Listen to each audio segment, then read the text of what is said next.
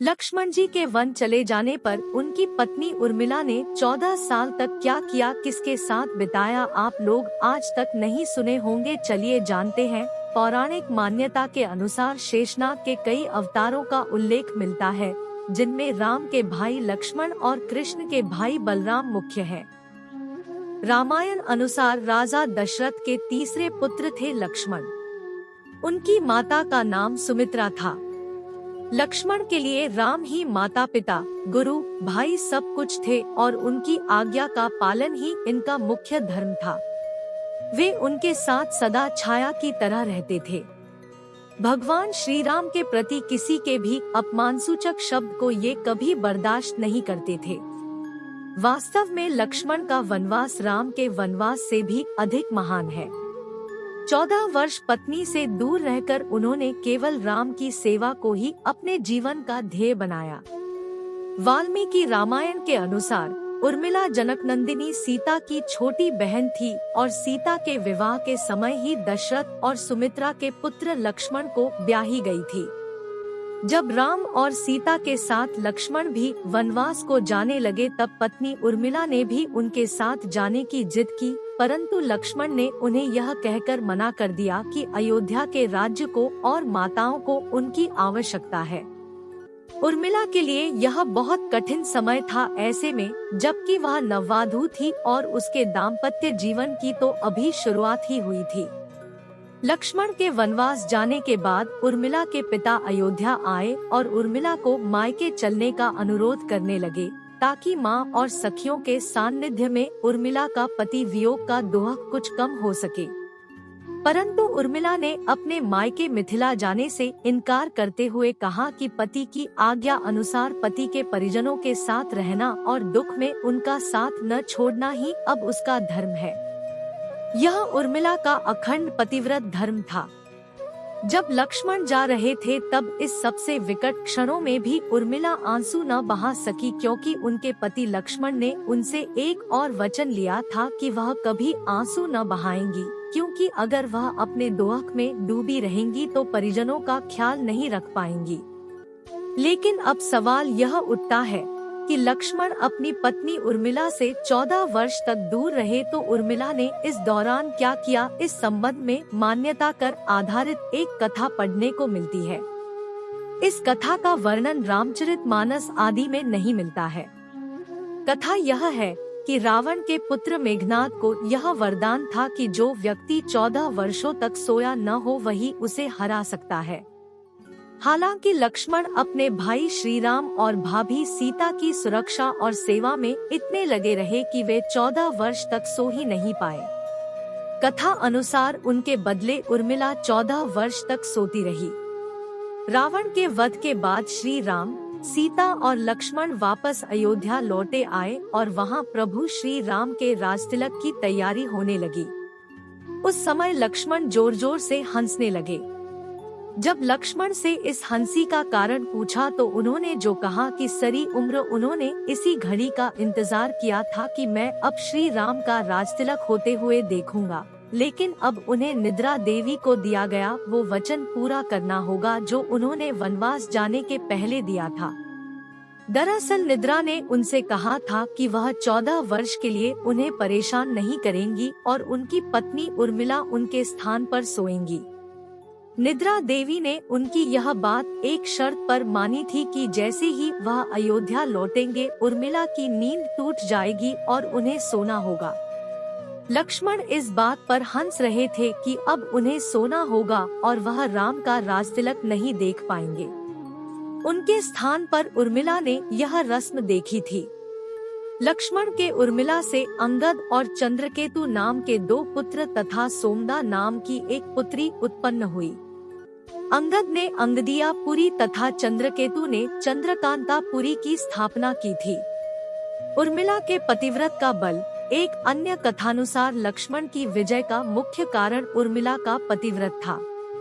मेघनाद के वध के बाद उनका शव श्री राम जी के युद्ध शिविर में रखा हुआ था। उस शव को मेघनाद की पत्नी सुलोचना लेने आई। पति का छिन्न शीश देखते ही सुलोचना का हृदय अत्यधिक द्रवित हो गया। वह रोने लगी।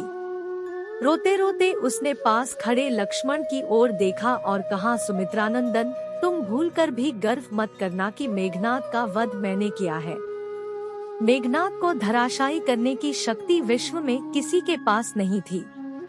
यह तो 2 पतिव्रता नारियों का भाग्य था। अब आप सोच में पड़ गए होंगे कि निद्रा देवी के प्रभाव में आकर अगर उर्मिला 14 साल तक सोती रही तो सास और अन्य परिजनों की सेवा करने का लक्ष्मण को किया वादा उन्होंने कैसे पूरा किया। तो उत्तर यह है कि सीता माता ने अपना एक वरदान उर्मिला को दे दिया था। उस वरदान के अनुसार उर्मिला एक साथ 3 कार्य कर सकती थी। 14 वर्षों तक क्यों सोती रही लक्ष्मण जी की पत्नी उर्मिला? लक्ष्मण उर्मिला जब बात रामायण की आती है तब हमारे मन में कुछ पात्रों के चित्र आते हैं। सबसे पहले राम, सीता, और जब बात आती है अहंकार की तो रावण और मेघनाद का नाम आता है। और जब बात आती है समर्पण और भाव की तब लक्ष्मण और हनुमान जी का नाम याद आता है। और जब बात आती है त्याग की तो हमें सिर्फ भरत का नाम याद आता है। और जब बात आती है मैं निर्दयता की तब हमारे मन में सिर्फ कैकेयी का नाम आता है। परंतु इस विस्तृत महाखंड रामायण में इतने अधिक पात्र हैं, इतने अधिक चरित्र हैं, इतने अधिक व्यक्तित्व हैं कि हर किसी से हमारा ध्यान नहीं जाता। हम सिर्फ उन्हीं पात्रों पर अपना ध्यान केंद्रित रखते हैं जिन्हें हम टीवी में देखा है या जिनके बारे में अधिक रामायण में बताया गया है। परंतु आज हम इस अंक में ऐसे चरित्र के बारे में बात करेंगे जिसके बारे में बहुत ही कम बात की जाती है, परंतु उनका त्याग, प्रेम, समर्पण कहीं भी सीता, राम, लक्ष्मण, भरत और हनुमान से कम नहीं है। हमने आज तक रामायण इस दृष्टिकोण से देखा है, उसमें हमें पात्र और चरित्र बहुत ही कमी ही दिखाई देता है। उर्मिला के महान चरित्र, अखंड पतिव्रता, धर्म, स्नेह और त्याग की गाथा हमने देवी सीता को जाना, हनुमान के भक्ति भाव को जाना, रावण के ज्ञान को जाना, लेकिन कभी यह ध्यान नहीं दिया इस रामायण में अगर कोई सबसे ज्यादा उपेक्षित और अनदेखा चरित्र व्यक्तित्व है तो वह थी लक्ष्मण की पत्नी और जनक नंदिनी सीता की अनुजा उर्मिला। जब राम सीता वनवास जाने लगे और बड़े आग्रह पर लक्ष्मण को भी साथ जाने की अनुमति हुई तब पत्नी उर्मिला ने भी उनके साथ जाने का प्रस्ताव रखा, परंतु लक्ष्मण ने उन्हें यह कहकर मना कर दिया कि अयोध्या के राज्य को और माताओं को उनकी आवश्यकता है और अगर तुम मेरे साथ चलोगी सब मेरे सेवा भाव में वह समर्पण नहीं रहेगा जो होना चाहिए। उर्मिला के उस नवयौवन कंधों पर इतना बड़ा दायित्व डालकर लक्ष्मण वन को चले गए। वह पल, वह जीवन सरिता जो नववधू अपने पति के साथ गुजारती है वह उर्मिला के भाग्य में लिखी ही नहीं गई थी।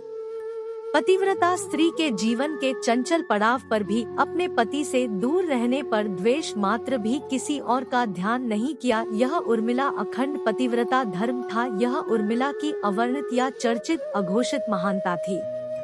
उर्मिला के महान चरित्र, अखंड पतिव्रता, धर्म, स्नेह और त्याग की चर्चा रामायण में अपेक्षित पर्व है। हो ना सका सबसे विकट क्षण में भी उर्मिला आंसू ना बहा सकी क्योंकि उनके पति लक्ष्मण ने उनसे एक ही वचन लिया था, वे कभी आंसू नहीं बहाएंगी क्योंकि अगर वह अपने दुख में डूबी रहेंगी तो परिजनों का ख्याल नहीं रख पाएंगी। या कोई कल्पना ही कर सकता है अपने पति को 14 वर्ष के लिए अपने से दूर जाने देना और उसके विदाई पर आंसू भी ना बहाना किसी नवविवाहिता के लिए कितना कष्टकारी हो सकता है। कितना हृदय विदारक पल था जब महाराज दशरथ स्वर्ग सिधार गए पर वचन का सम्मान रखने के लिए उर्मिला तब भी नहीं रोई।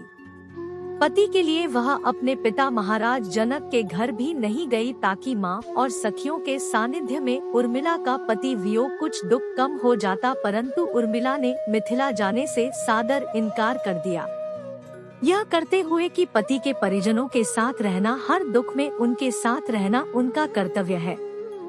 इसके अलावा एक बात और भी कही जाती है, निद्रा देवी ने क्यों मानी लक्ष्मण की शर्त। 14 वर्ष तक सोती रही उर्मिला। बहुत से लोग इस बार से परिचित हैं कि अपने वनवास के दौरान अपने भाई और भाभी की सेवा करने के लिए लक्ष्मण पूरे 14 साल तक नहीं सोए थे। उनके स्थान पर उनकी पत्नी उर्मिला दिन और रात होती रही, पर यह बात बहुत ही कम लोग जानते हैं कि रावण के बेटे मेघनाद को यह वरदान प्राप्त था कि जो इंसान विवाहित होने के पश्चात भी 14 वर्षों तक ना सोया हो, ना ही उसने किसी स्त्री का स्पर्श किया हो, वही उसको हरा सकता है।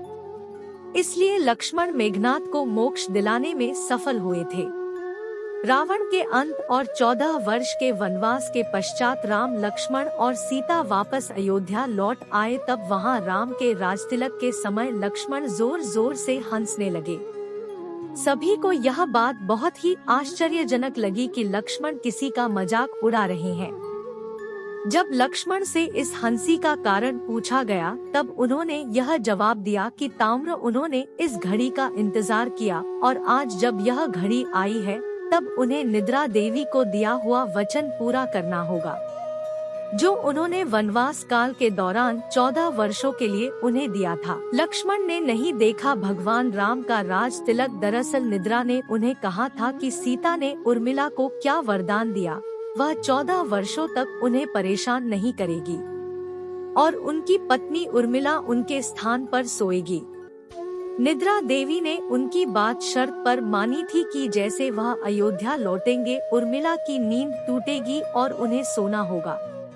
लक्ष्मण इस बात पर हंस रहे थे कि अब उन्हें सोना होगा और वह राम का राजतिलक नहीं देख पाएंगे और उनके स्थान पर उर्मिला ने हर रस्म देखी थी। 14 वर्ष तक कोई लगातार कैसे सो सकता है, यह सोचने वाली बात है। परंतु एक औसत आदमी, एक औसत मनुष्य के लिए एक दिन में 6 से 8 घंटे सोना अत्यधिक होता है। अगर उस पहलू से भी देखा जाए तो हो सकता है कि उर्मिला दोनों ही भाग्य का सोना 12 घंटे या 16 घंटे ही सोती हो। बाकी समय में वह अपने गृह कार्य और अपनी माताओं की सेवा करती रही। इसी बात को काटने के लिए एक बात और हम आपको बताएंगे कि उर्मिला सोती भी रही और बाकी काम कैसे करती रही। एक और वाक्य ऐसा भी है जो बताता है कि लक्ष्मण की विजय का मुख्य कारण उर्मिला थी। मेघनाद के वध के बाद उनका शव राम के खेमे में था। तब मेघनाद की पत्नी सुलोचना उसे लेने आई। पति का चिन्ह शीश देखते ही सुलोचना का हृदय अत्यधिक प्रभुत हो गया, उसकी आंखें बरसने लगी। रोते रोते उसने पास खड़े लक्ष्मण को देखा और बोला कि सुमित्रानंदन, तुम भूलकर भी गर्व मत करना कि मेघनाद का वध मैंने किया है। मेघनाद को धाराशाही करने की शक्ति विश्व में किसी के पास नहीं थी, यह तो 2 पतिव्रता नारियों का भाग था। अब आप सोच में पड़ गए होंगे कि निद्रा देवी की प्रभाव में आकर उर्मिला अगर 14 साल तक होती है तो सास और अन्य परिजनों की सेवा करने का जो वचन उन्होंने लक्ष्मण को दिया था, वह वादा उन्होंने कैसे पूरा किया। तो इसका उत्तर यह है कि सीता माता ने अपना एक वरदान उर्मिला को दिया था। उस वरदान के अनुसार के उर्मिला एक साथ 3 कार्य कर सकती थी।